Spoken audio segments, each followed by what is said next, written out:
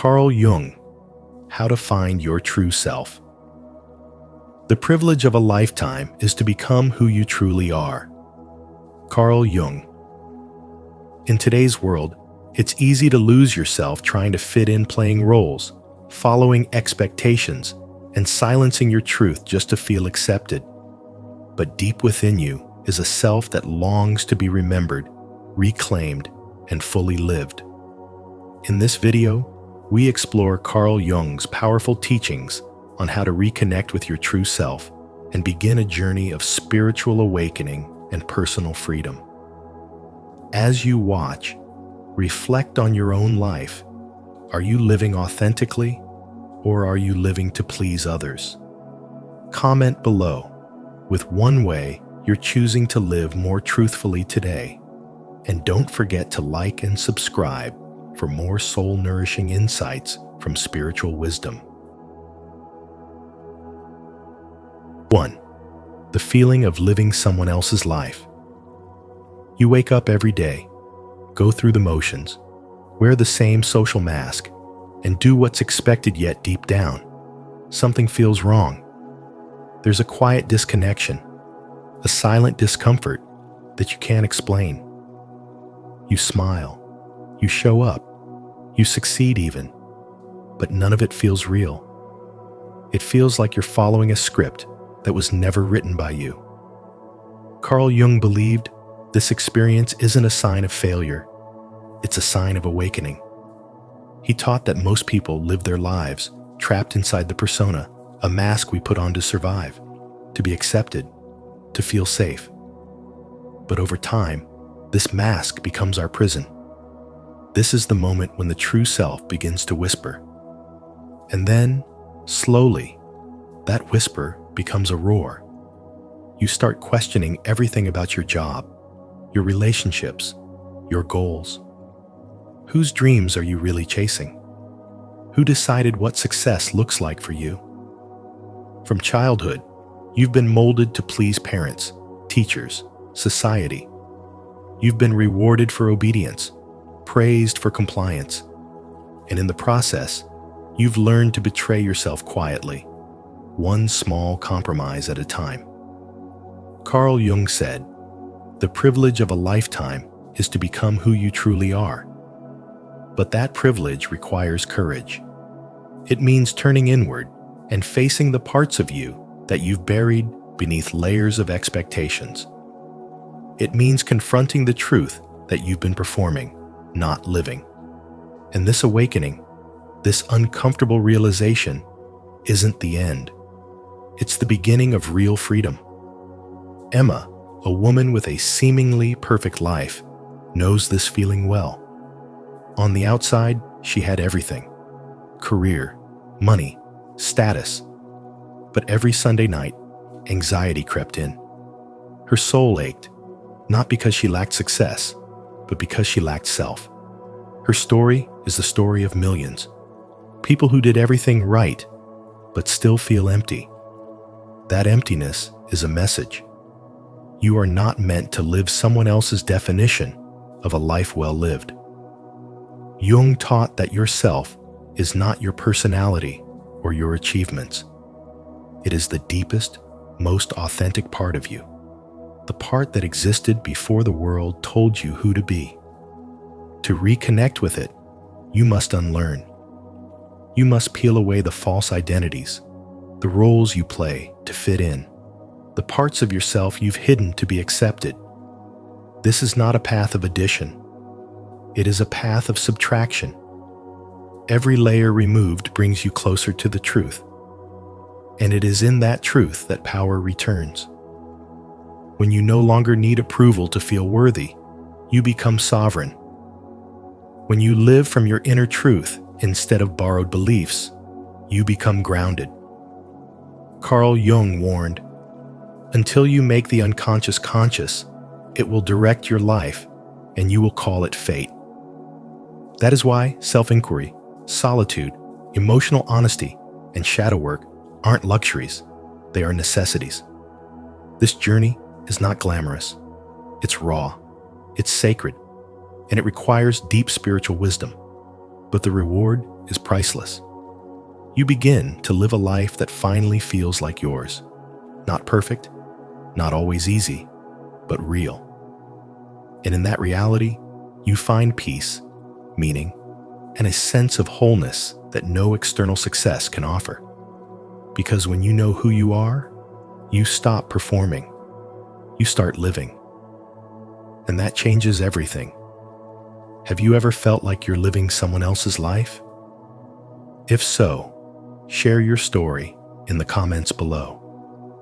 Your truth might inspire someone else to wake up too.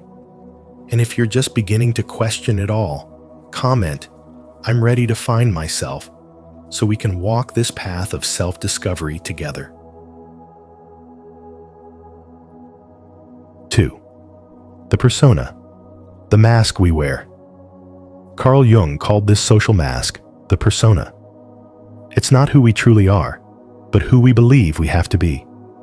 We put it on early in life, smiling when we want to cry, agreeing when we want to protest, shrinking when we want to shine. At first, it's a tool for survival. It helps us fit in at school, be accepted by family, and avoid rejection from peers. But over time, we confuse the mask with our identity. We forget that it's a performance, not our essence. What begins as a protective layer becomes a prison made of smiles, silence, and unspoken dreams. Living through the persona can bring social ease, admiration, even success.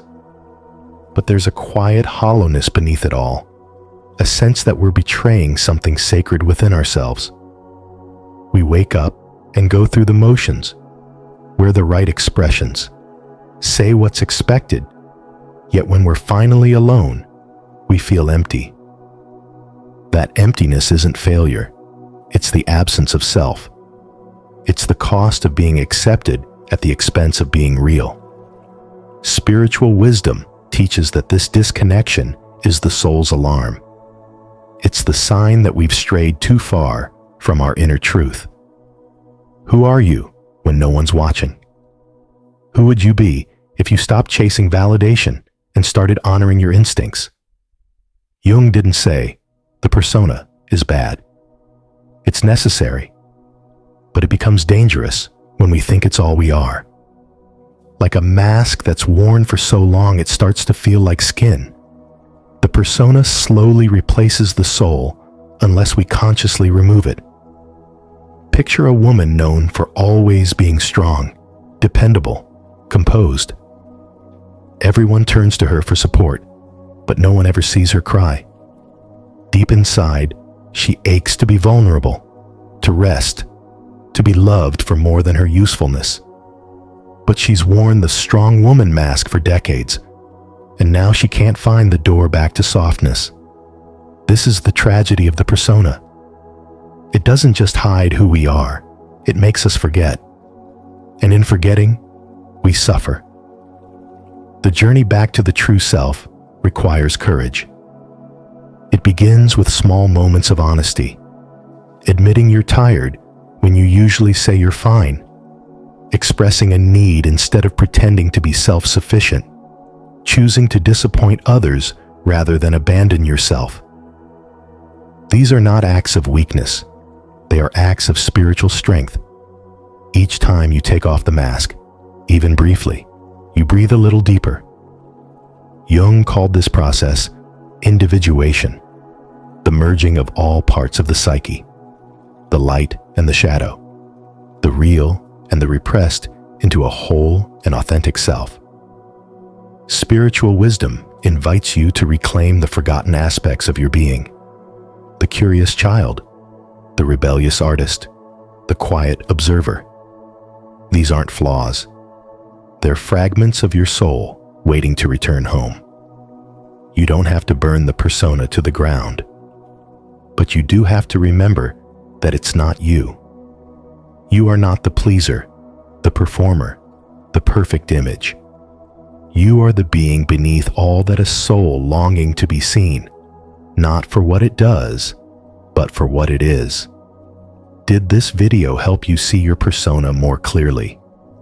If yes, comment, I see the mask below, so we can keep exploring the path back to your true self together. 3. The shadow, the repressed self. The shadow is not your enemy. It's the part of you that holds everything you've been taught to suppress. Your anger, your boldness, your tears, your truth. As a child, you learned what was acceptable and what wasn't. You were told to calm down, to be good, to stop crying, to control yourself. So, you pushed parts of yourself into the dark, not because they were wrong, but because they threatened someone else's comfort. And now, as an adult, those parts live underground, silently shaping your behaviors, reactions, and choices. You may think you're in control, but when you lash out unexpectedly, shut down in relationships, or sabotage opportunities, it's often your shadow acting out from the unconscious. These are not random outbursts, they are signals. Carl Jung warned, until you make the unconscious conscious, it will direct your life and you will call it fate. The shadow doesn't disappear by ignoring it. In fact, what you avoid in yourself becomes what controls you the most. That's why true transformation begins not with light, but with the courage to face your own darkness. This is the hidden path of spiritual awakening. It is not about becoming someone new. It's about remembering who you were before the world told you to shrink. Facing the shadow means walking straight into the feelings you've numbed, the memories you've buried, the truths you've denied. It's uncomfortable, raw, and often humbling. But in this discomfort lies your power. Because once you meet these parts with honesty and compassion, they lose their grip. You stop reacting. You start responding. You stop collapsing into shame. You begin standing in truth. Reclaiming your shadow is an act of spiritual self-respect. It's choosing to see all of yourself, not just the parts that please others. Wholeness isn't achieved by pretending to be perfect. It's born from accepting that you're not. And in that radical acceptance, you find strength. You find peace. You find the version of yourself that no longer needs to perform, or please, or prove. You simply are. And that is enough. The journey is not linear. You'll meet resistance. You'll want to run. But each time you choose to stay with the discomfort, to feel instead of flee, you reclaim a piece of your soul. You become less afraid of your truth, less ashamed of your depth, less dependent on external validation. You become sovereign. That is what spiritual wisdom teaches us. Your power is not found in escaping your humanity, but in embracing it fully, with all its complexity, fire, and grace. Subscribe to our channel and join a community that embraces deep inner healing and self-discovery. Here, we explore the hidden parts of the self with compassion and courage. Remember, even your darkness holds light, and facing it is the first step toward true freedom and wholeness. 4. The true self, beyond persona and shadow. The true self is not something you create. It is something you uncover. Carl Jung taught that the self is the full expression of who you are, both the light you show the world and the darkness you try to hide. But for most of us, life begins by constructing a persona, the socially acceptable version of ourselves designed to gain approval and avoid rejection. This persona becomes a mask, polished, pleasing, predictable, but it is not who we truly are. Underneath it lies our shadow, the parts we suppress, deny, or disown. And yet, ironically, the parts we hide often hold the power we most need. We live in a world that rewards performance and punishes authenticity. From childhood, we're shaped to conform. Be good, be quiet, don't stand out. But the more we bury our raw emotions, our desires, our instincts, the further we drift from the soul's truth. Jung believed that to truly awaken to reach wholeness, we must go through the process of individuation. This is not self-improvement. It is self-reclamation. It is the courageous and often uncomfortable journey of reclaiming what we've abandoned in order to fit in. The shadow is not evil. It is simply unloved. There is a woman who appears successful in every conventional sense. She has the job, the respect, the lifestyle. But inside, she is numb, restless, disconnected. For years, she lived to please everyone else, parents, co-workers, society. She wore the mask so well, even she forgot who was beneath it. But one day, her soul refused to be silenced. Through self-inquiry, shadow work, and painful honesty, she began to see her anger not as a flaw, but as a voice that had long been ignored. She stopped pretending. She reclaimed her fire. And slowly, the real self before the mask began to rise. This is the essence of spiritual awakening.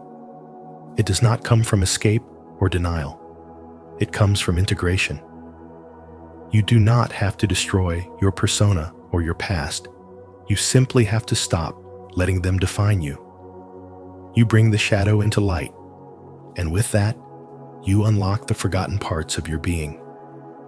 Jung reminds us, until you make the unconscious conscious, it will direct your life, and you will call it fate. The moment you stop running from your inner truth is the moment you begin to shape your destiny from the inside out. The self is not an ideal. It is a reunion. When you embrace every part of who you are, your rage, your tenderness, your mistakes, your desires, you stop living for approval and start living from presence. You begin to act, speak, and choose from a place of deep alignment, not social conditioning. This is power. This is peace. This is the journey Carl Jung devoted his life to understanding. And this is the invitation before you now not to become someone else, but to finally come home to yourself. Are you ready to meet your true self? The one beyond masks and shadows? If so, comment below. I choose wholeness to affirm your path toward inner truth and spiritual awakening.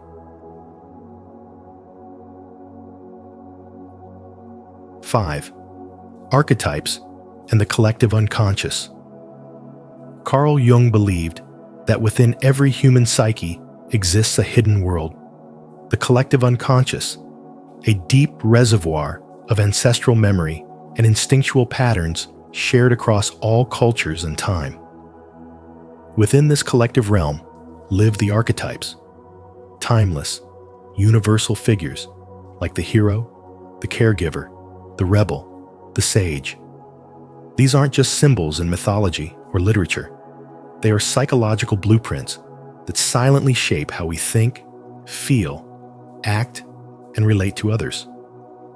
Without realizing it, most people live their lives being unconsciously directed by these inner forces, repeating behaviors, choices, and emotional reactions that are not entirely their own.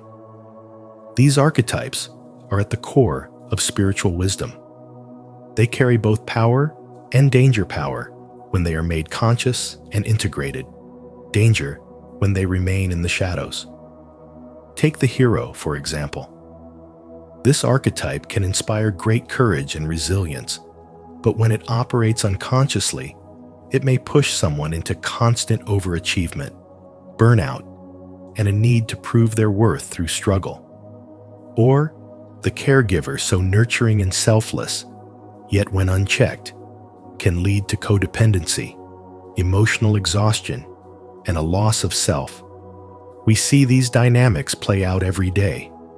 People overworking to feel significant, sacrificing to be loved, rebelling to feel free, all while believing these are personal choices, not inherited scripts. Jung warned that when these archetypal energies go unexamined, we fall into autopilot living. We begin mistaking the role for the self. The danger here is subtle but profound. You wake up one day, not knowing who you truly are beneath all the masks. Spiritual awakening, then, begins with the willingness to look inward, to name the archetypes that have been silently steering your life. This is not about rejection or shame. It is about recognition and reclamation. Because once seen, these patterns lose their power to control. What was once fate becomes choice. Integration is the next step, bringing these archetypes into conscious harmony rather than allowing one to dominate the others. The hero becomes a visionary who takes rest without guilt. The caregiver learns to serve without self-abandonment. The rebel channels their fire into building something new, not just tearing down the old. This conscious embodiment of archetypes is what Jung called individuation, the sacred process of becoming whole, where your life is no longer a collection of fragmented roles, but a unified expression of your truth. Ask yourself, which archetypes have you been living through? What patterns do you keep repeating, even when they no longer serve you? The moment you become aware of them is the moment you reclaim power.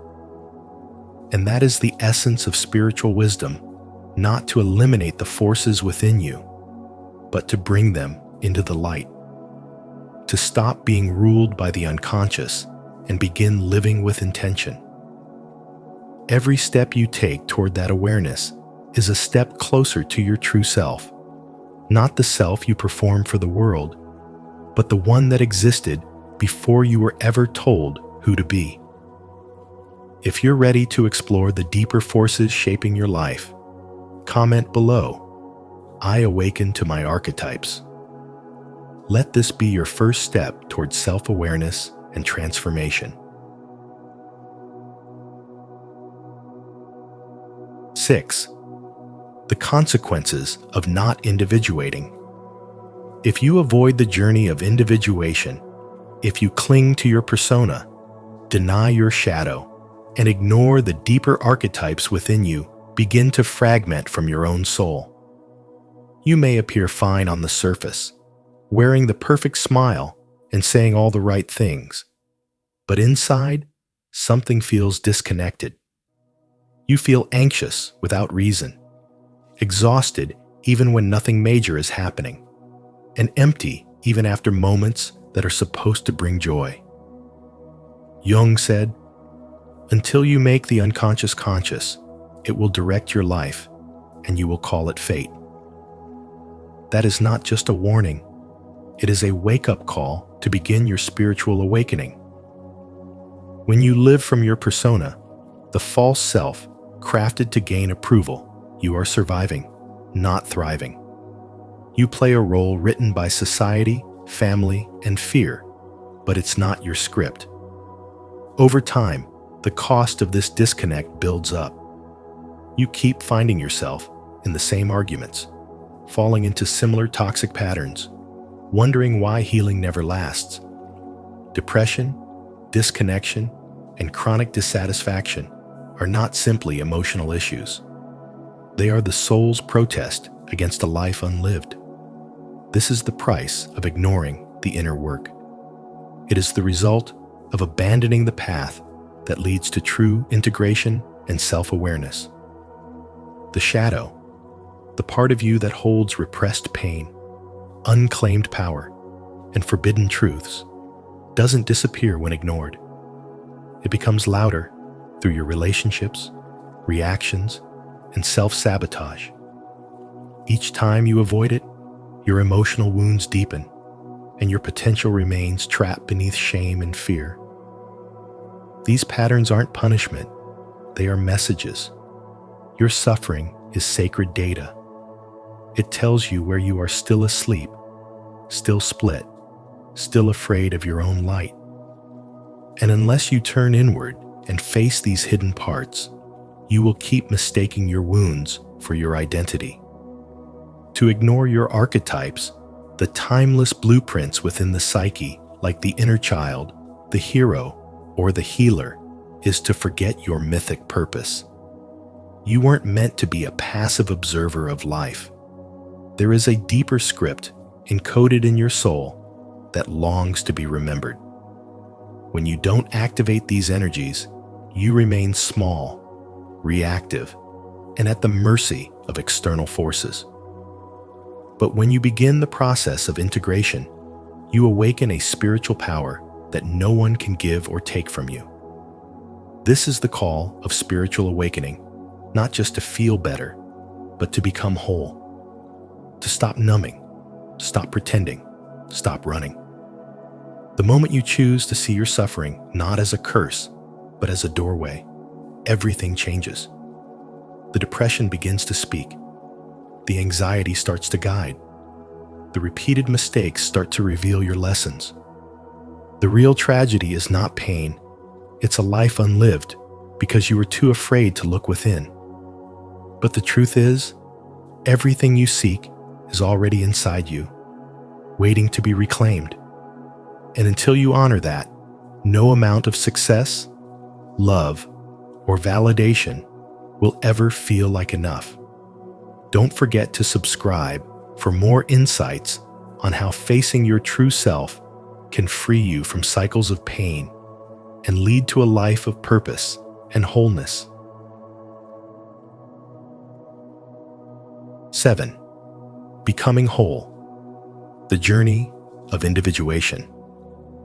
True freedom isn't found in external success or social approval. It begins the moment you commit to becoming your whole self. This was one of the core teachings of Carl Jung, who believed that individuation, the journey of becoming psychologically whole, is the deepest task of the human soul. It's not about becoming perfect or admirable in the eyes of others. It's about uncovering who you are beneath the roles, labels, and expectations you've inherited. This path demands that you shed the masks you wear, confront your inner contradictions, and reclaim the parts of yourself you once disowned. Most people are not truly living. They're performing. They smile out of politeness, say yes out of fear, and live by scripts that were written for them long ago. But deep within, their soul whispers that something is off. That whisper is not a flaw. It is the call to wholeness. Carl Jung said, "The privilege of a lifetime is to become who you truly are." Yet to walk this path, you must dare to be honest.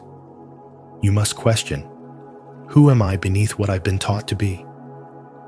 The overachiever, the people pleaser, the silent one, the fixer. These are not your essence. They were armor. They were how you survived. But now they have become cages.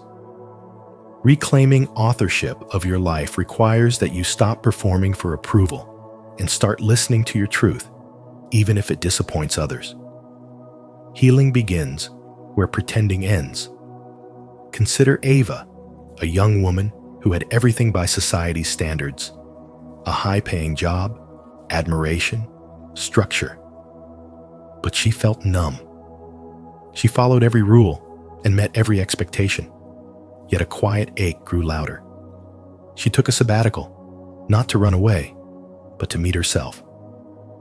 Therapy, solitude, journaling, and immersing in spiritual wisdom, including Jung's work, helped her realize that she had been living in fear. Fear of being unloved, unseen, misunderstood. She let go of the path that looked successful and chose one that felt true. She started over in holistic healing, aligned with her real essence. And for the first time, she didn't feel like she was faking life. She felt alive. This is the heart of individuation, to confront the inner tension between who you are and who you were conditioned to be. It's not about adding more to yourself. It's about removing what's false, the fears, the masks, the compulsions. To become whole, you must embrace both your light and your shadow, the parts you're proud of and the parts you've hidden. Because real freedom doesn't come from becoming someone better. It comes from becoming someone real. You don't need to fix yourself. You need to meet yourself. Every moment of discomfort is a doorway to transformation. The resistance you feel often marks the exact area where your truth is buried. Begin there.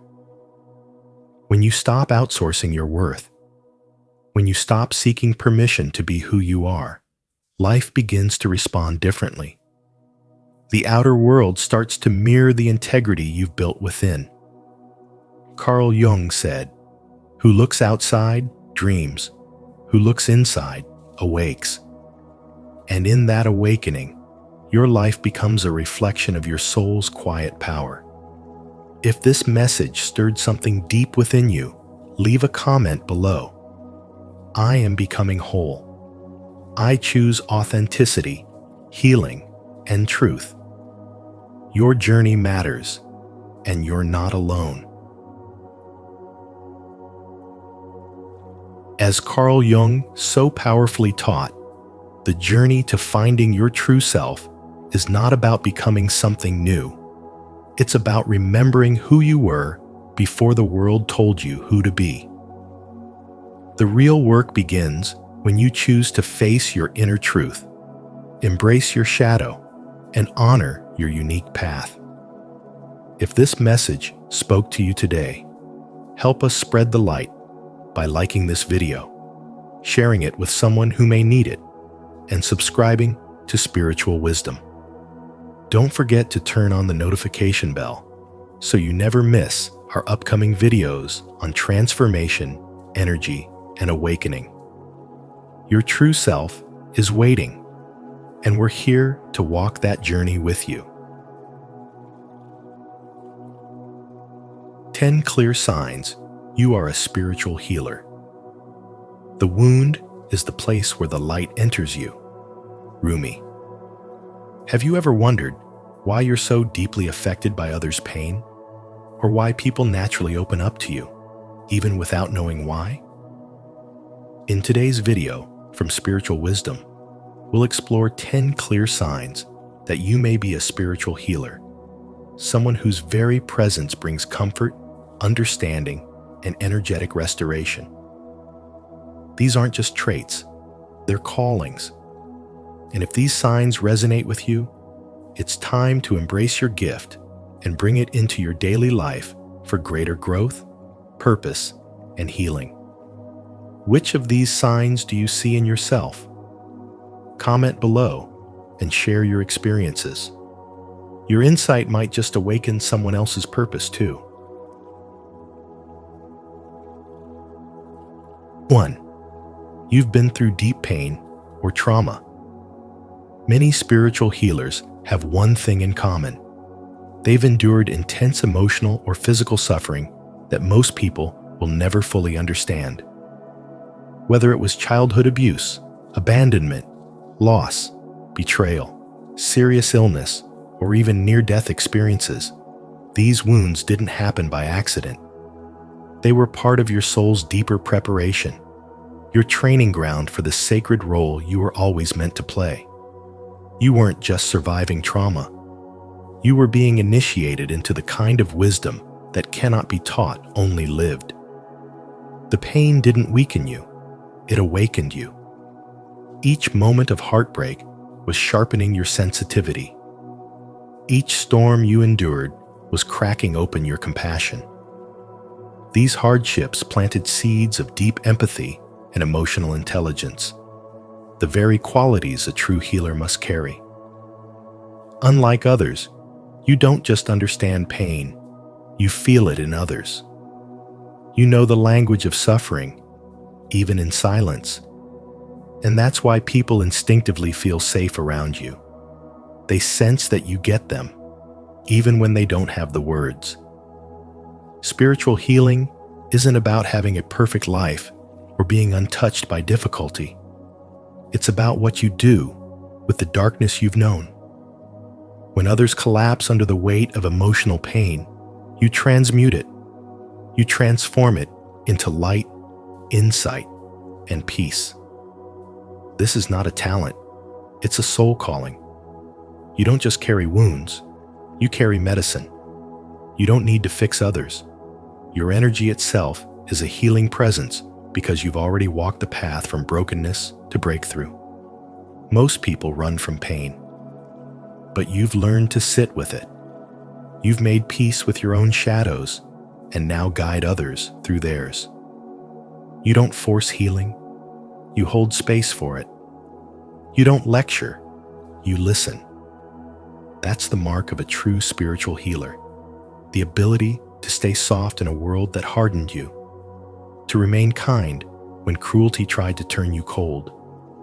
To rise again and again from ashes that once looked like the end, but were really the beginning. This isn't a weakness. It's the highest form of strength. You've become a channel for grace because you allowed your own story to become a light for others. The very things you thought would break you are now the reasons you can heal. Your scars have turned into symbols of sacred power. Your survival is no longer just survival, it's purpose. And that purpose is what makes you different. It's what draws others in. Your life has become living proof that healing is possible. That's why, even without trying, you bring comfort. Without speaking, you offer calm. You don't need a title or credentials. Your soul already knows what it came here to do. And everything you've been through has prepared you for it. Comment below. My pain has a purpose. If you're ready to turn your past wounds into wisdom and step fully into your healing power, your story can inspire others. Let's grow through what we've been through together. 2. You've experienced a dark night of the soul. You've gone through what felt like the collapse of your world, a deep inner crisis that left you questioning everything. It wasn't just sadness, it was a soul-level unraveling. You felt disconnected from life, adrift in meaninglessness, maybe even angry at the universe. But somewhere in that darkness, a shift happened. You began to sense things more deeply, feel emotions more intensely, and connect with energy in ways you never did before. This wasn't just suffering, it was awakening. And that experience, though painful, unlocked something sacred within you, the gift of being a spiritual healer. Many who are destined to heal others walk through the fire first. This path echoes the ancient shamanic archetype. In indigenous traditions, the shaman is not chosen for their strength or perfection, but for their wounds. Illness, death, despair, these experiences become the gateway. Through crisis, the shaman is brought to the edge of the known world, stripped of identity and reborn with the power to guide others. This isn't just mythology. It mirrors what you've lived. Your trauma opened doors to dimensions unseen, to a deeper awareness of spirit, energy, and purpose. In today's society, these initiations are rarely recognized for what they are. You may have been told you were depressed, burned out, or mentally fragile. But what if your breakdown was actually your soul cracking open to let the light in? What if what looked like falling apart was actually falling into alignment with your true calling? Many spiritual healers don't choose their path. The path chooses them through trials that refine their empathy, deepen their compassion, and awaken their inner knowing. Take the story of Anna, a young woman who spent years working in a hospital. After the loss of her child, she fell into profound grief. She withdrew from life, questioning everything she once believed. But in her silence, something stirred. She began to explore meditation, energy work, and holistic healing. Her hands, once trained in clinical tasks, now moved with intuition. Her words became soft medicine. Her pain became her power. Through her own healing, she unlocked a gift she never expected: the ability to bring others peace. When you've walked through your own darkness, you no longer fear the shadows in others. You hold space. You listen without needing to fix. You radiate safety. You recognize pain in someone's eyes because you've seen it in your own. This is what makes you a healer.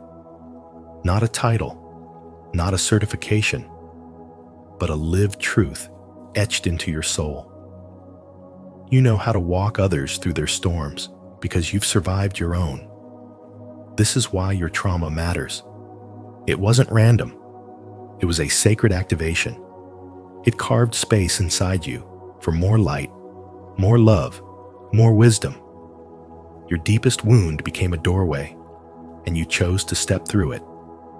That's the mark of a spiritual healer. You are not just surviving.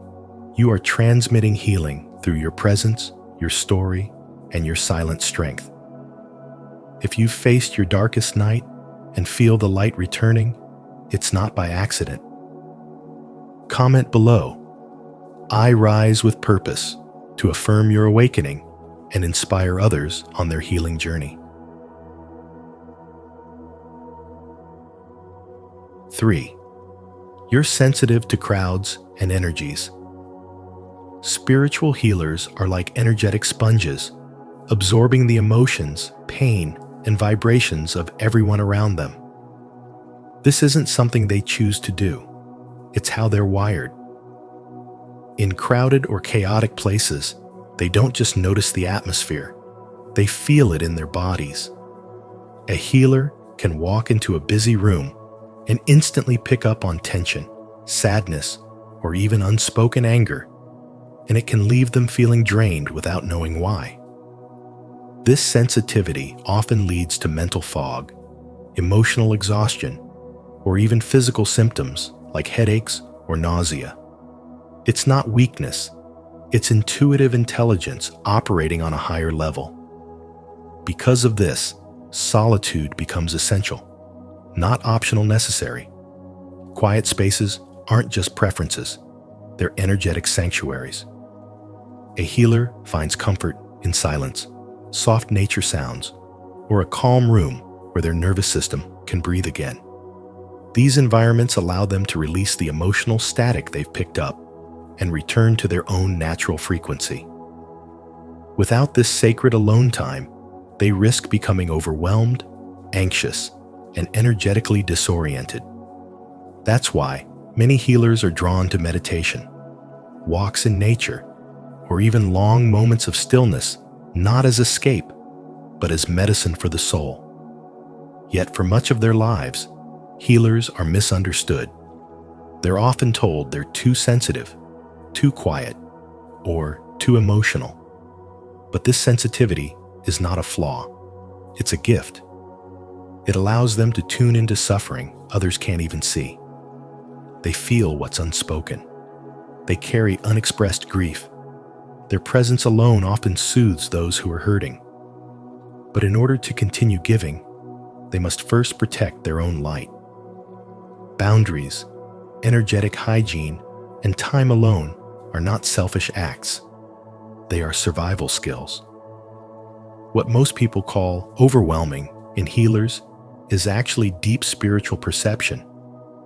The body reacts to what the mind doesn't consciously understand. That fatigue after a social gathering, that sudden sadness you couldn't explain, that emotional heaviness that came out of nowhere. It's your soul telling you it's been absorbing too much. Listening to those signals is how you preserve your power. Recharging isn't laziness, it's preparation. A healer's energy is their most powerful tool, and protecting it is part of their sacred duty. If this message resonates with your soul, Repeat after me. I honor my sensitivity. I protect my energy. I trust this message is meant for me today. Type it in the comments to affirm your truth and let your healing journey be witnessed. 4. Deep connection with nature. Those who carry the gift of spiritual healing often feel most alive and whole when surrounded by nature. It's not a coincidence, it's a sacred bond. The forest is not just a collection of trees, it becomes a living temple. The ocean doesn't just sparkle, it speaks. You find peace in the rustle of leaves, clarity in the crash of waves, and restoration in the quiet stillness of the mountains. Nature is more than a backdrop to your life. It is the pulse of your soul. You don't simply admire its beauty. You feel its energy, its wisdom, its silent grounding presence. There's a subtle electricity in the air before a storm that wakes something ancient inside you. There's a message in the sunrise, a rhythm in the wind, and healing in the soil beneath your feet. This connection is so intimate that even your dreams are drawn to it. Visions of remote places, serene and untouched, where you live in harmony with the elements. You long for these spaces not to escape, but to return to the simplicity, the quiet power, the truth of who you are when the world is still. In these natural places, you aren't just recharging, you're remembering. You're returning to the frequency of the earth, where your energy aligns effortlessly. Crowded places may feel heavy. City lights may leave you feeling overstimulated or emotionally distant. That's because your soul was never meant to be boxed in. It was born to breathe with the trees and dance with the stars. You are attuned to something ancient and real, and your body responds. You crave sunlight, not just for warmth, but for nourishment. You walk barefoot, not just for comfort, but to ground your energy back into the planet. You might be drawn to herbal remedies, to rivers and moonlight, to the scent of rain, not out of preference, but out of spiritual memory. These aren't hobbies, they're signals, markers of a path you've walked before. This deep connection to nature isn't a coincidence, it's confirmation. Confirmation that your spirit carries the vibration of healing, and nature is the tuning fork that keeps you aligned. In your presence, others begin to feel calmer, clearer, even if they can't explain why. That's the power of someone who is synced with the earth, a natural healer whose energy brings balance without saying a word. If this message has touched your soul, leave a comment of alignment. I feel the healing power of nature flowing through me. I am one with the earth, and peace surrounds me. 5. Extreme emotional sensitivity, empathic abilities. One of the clearest signs you are a spiritual healer lies in your profound emotional sensitivity. You don't just notice someone is upset, you feel it in your own body before they say a word. When someone walks into the room with heavy energy, it hits you like a wave. When joy is present, you absorb it like sunlight. You are an emotional antenna, constantly receiving the signals others don't even know they're broadcasting. This ability to feel so deeply isn't just random, it's sacred.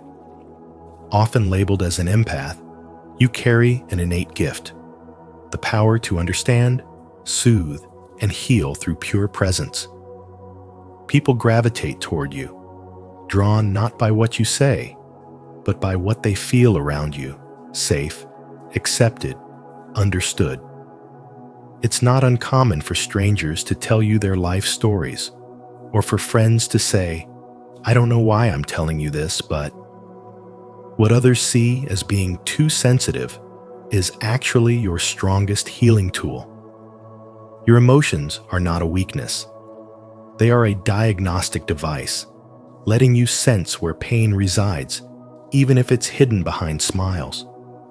It allows you to bring warmth into cold spaces, to comfort someone who hasn't yet found the words for what they're feeling. Sometimes, healing happens not through advice, but through the silent presence of someone who truly sees you. But being this open comes with its own challenges. Crowds can feel overwhelming. Conflict feels like thunder in your chest. Even watching the news can drain your energy. You've likely had moments where you questioned yourself, wondering why you feel everything so intensely. But this is not a flaw. It's a compass. It's guiding you toward who needs your light the most. Take the story of a young woman named Alina.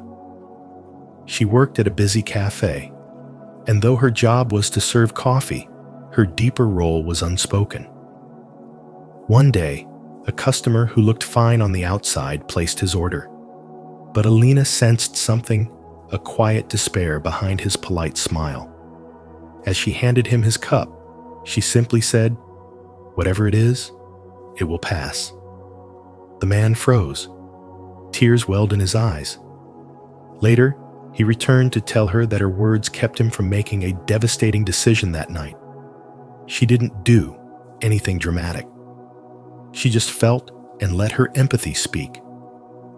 This is the quiet power of the spiritual healer. Your gift isn't loud or flashy. It's subtle, invisible to the eye, but deeply felt by the heart. And while the world may tell you to toughen up, your task is different.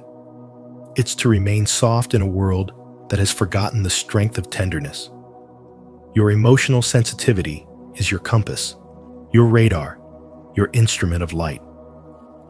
As you continue your path, learn to honor it, protect it, and use it with wisdom. Because when you do, you don't just witness healing, you become it.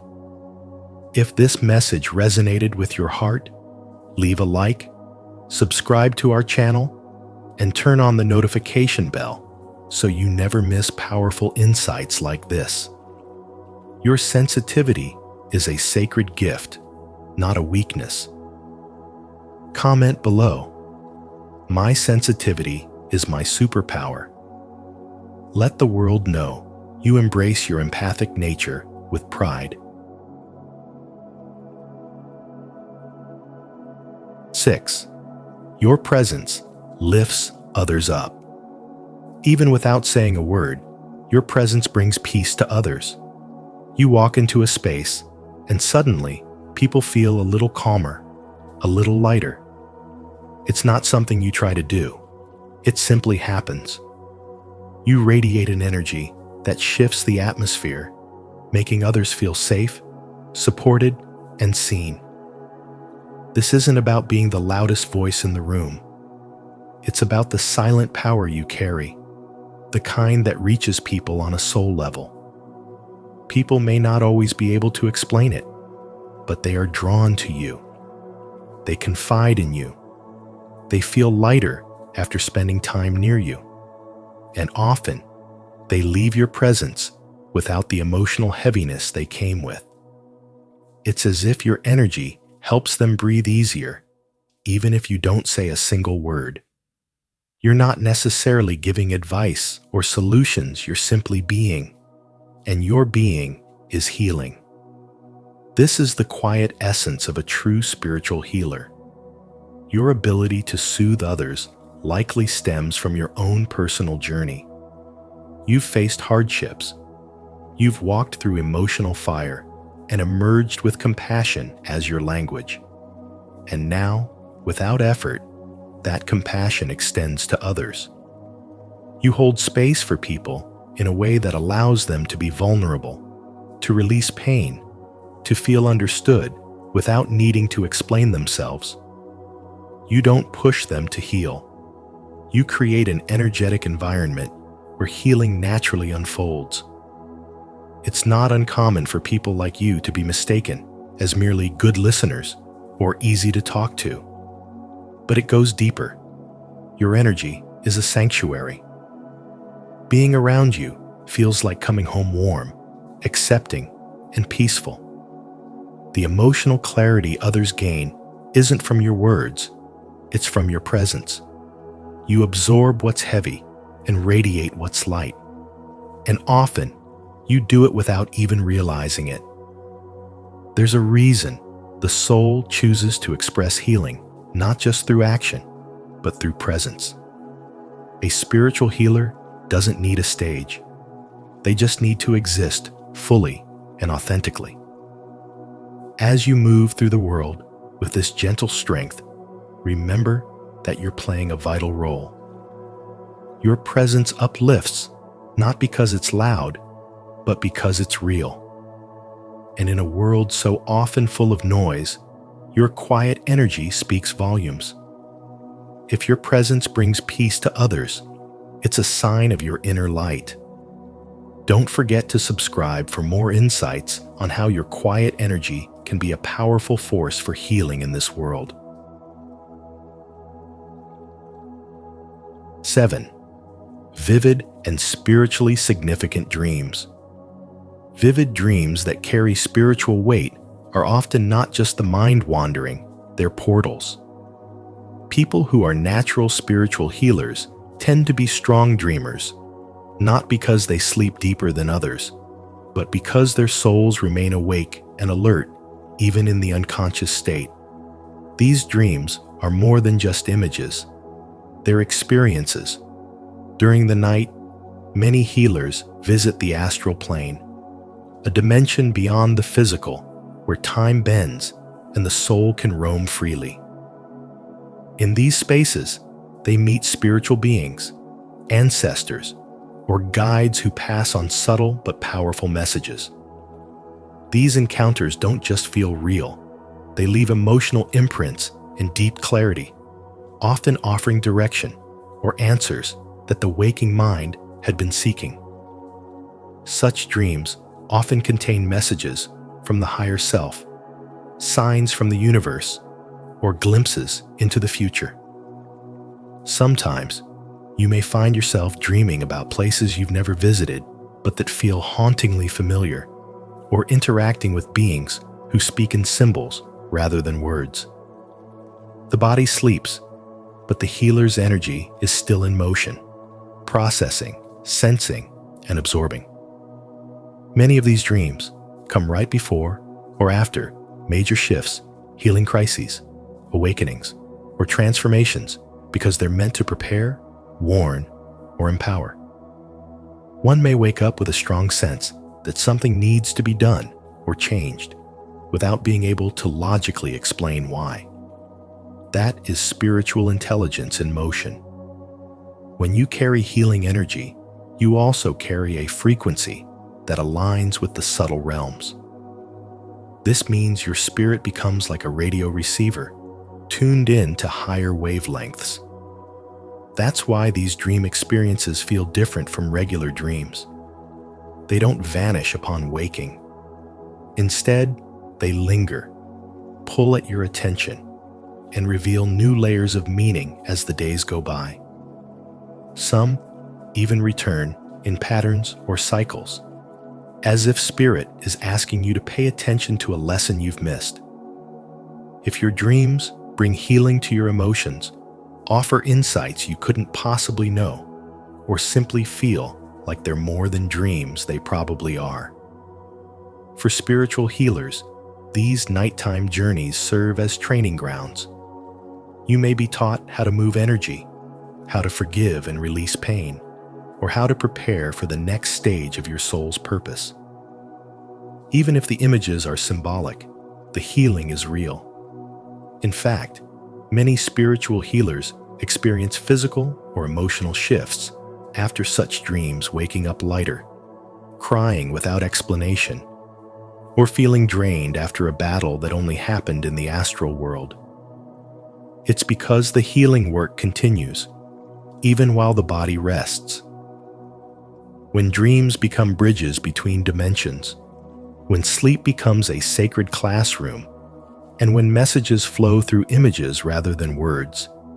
This is a sign you are deeply connected to the spiritual world. It is also one of the clearest signs that you are a spiritual healer, even if you haven't yet fully stepped into that role. Have your dreams ever felt more like messages than mere sleep stories? If you've received spiritual insights or powerful visions in your dreams, share your experience in the comments below so others can be inspired. If you haven't explored this realm yet, comment, "I'm ready to receive," and open your heart to divine guidance tonight. 8. Deep compassion and the urge to help others. You feel it in your chest, the sharp ache when someone else is hurting, even if they never say a word. Their pain becomes your pain. You don't just sympathize, you internalize. This is not weakness, it's the unmistakable signature of a spiritual healer. You were born with a heart that refuses to look away, a soul that cannot stay still in the face of suffering. The need to help others isn't a choice, it's a calling etched into your very being. But this gift, as sacred as it is, demands wisdom. Without it, your compassion can become a trap. You may begin to believe that love means sacrificing your well-being. You might start bending over backwards for others, losing yourself in the process.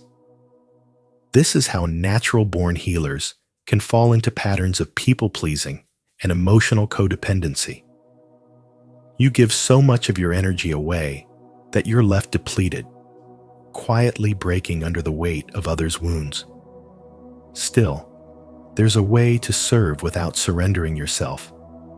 Take Jessica, for instance, a school counselor with an instinct to care for every troubled student. She once met Mia, a girl who never spoke, never smiled. Instead of trying to fix her, Jessica simply sat beside her each day during lunch. No pressure, no expectations, just presence. Weeks passed. Then one day, Mia whispered, "I feel safe with you." That moment didn't require grand gestures. It was the silent power of grounded compassion. Jessica's ability to hold space, not just offer solutions, became the healing force Mia needed. This is the quiet mastery of a spiritual healer. It's not about rescuing people or absorbing their pain. It's about radiating peace, being a mirror of safety, and understanding that sometimes the most powerful healing comes from simply being there. True healers know when to pour in and when to pull back. They learn to protect their light while still offering warmth. They understand that boundaries are not walls. They're sacred containers that keep their energy clean, focused, and effective. As Ram Dass said, "You can do it like it's a great weight on you, or you can do it like it's part of the dance." To heal wisely is to embrace the dance, to move with grace between caring deeply and standing firmly. To realize that you are not here to carry everyone's burdens, but to remind them that they can carry their own. So if your heart breaks open for the hurting, if your instinct is to reach out, to soothe, to restore, then yes, you are a spiritual healer. But never forget, healing flows from overflow, not emptiness. Your compassion is your power, and your boundaries are what make it sustainable. If this message speaks to your soul, take a deep breath and repeat after me. I am a vessel of compassion, guided by wisdom and protected by healthy boundaries. 9. People open up to you instantly. People seem to open up to you without hesitation. Within minutes of meeting, strangers begin sharing their deepest fears, heartbreaks, and life stories. They don't know why, but you do. It's your energy. You carry a calm, healing presence that feels like sanctuary to those who are hurting. It's not what you say, it's what you are. You are safe. You are grounding. You are light. This is not random. It's a sign that you are a spiritual healer. People sense that you won't judge them. You listen with your whole being, not just your ears. Your silence is comforting. Your gaze is kind, and your spirit feels like home. Like wounded birds finding shelter in a tree during a storm, broken souls come to rest in your energy. They feel seen without having to explain. They feel heard even before they speak. This is your gift and also your challenge. Because when you carry such a strong healing vibration, people will come to you over and over again. They may not always give back what you offer. Their pain might become your burden if you don't learn to protect your energy. As much as you want to help everyone, you must remember this truth. You can be compassionate without being consumed. You can be open without being emptied. You are not here to save everyone. You are here to remind people they can save themselves. Your path as a healer is not just about comforting others. It's about learning balance. Spiritual healing begins with self-awareness. You must learn to ground your energy, shield your spirit, and release what isn't yours. Breathwork, visualization, prayer, silence, these are your tools. Not just to serve others, but to sustain yourself. Because if you burn out, your light dims, and others need that light more than you know. This ability to attract openness from others is a sacred responsibility. And when you understand how to carry it wisely, you stop absorbing pain and start transforming it. You become a mirror, reflecting strength back to the wounded. You remind them of their power, not by fixing them, but by being fully yourself. That's what makes your presence healing. That's what makes you a true spiritual healer. To affirm your role as a safe space for others, declare your intention to protect your energy while offering light. Comment below. I hold space with grace to honor your gift and inspire others to do the same. 10. Need for solitude to recharge. Being around others constantly drains you, not because you don't care, but because you care deeply. As a spiritual healer, you are highly empathic, absorbing not only words, but unspoken emotions, subtle energy shifts, and silent wounds that others may not even realize they carry. This intense sensitivity makes solitude not a luxury, but a lifeline. When you're alone, you're not escaping the world. You're returning to yourself, finding balance after being stretched by the energetic weight of others. Solitude becomes your sacred space to reflect, to reset, and to release everything that is not yours. It is here, in the quiet, that your soul breathes. Without the background noise of others' emotions, you can finally hear your own thoughts, reconnect with your inner guidance, and remember why you are here. This is not isolation. It is alignment. It is not loneliness. It is spiritual clarity. In those moments of stillness, you feel God closer. Your energy clears, and your mission as a healer becomes more focused. Empaths and spiritual healers often operate like energetic sponges, soaking in the moods and vibrations of everyone around them. Left unchecked, this constant exchange can lead to fatigue, emotional confusion, or burnout. That's why time alone is essential. It is how you cleanse, how you recharge, and how you protect your sacred frequency. In solitude, you create energetic boundaries that allow you to serve without losing yourself in the process. This is the wisdom of self-preservation, not selfishness. Many people might not understand your need for space. They may label you quiet, distant, or even cold. But deep down, you know that this space is where your power is reborn. It's where you recalibrate your energy so you can return to the world not just present, but empowered. You are not meant to carry everyone's weight endlessly.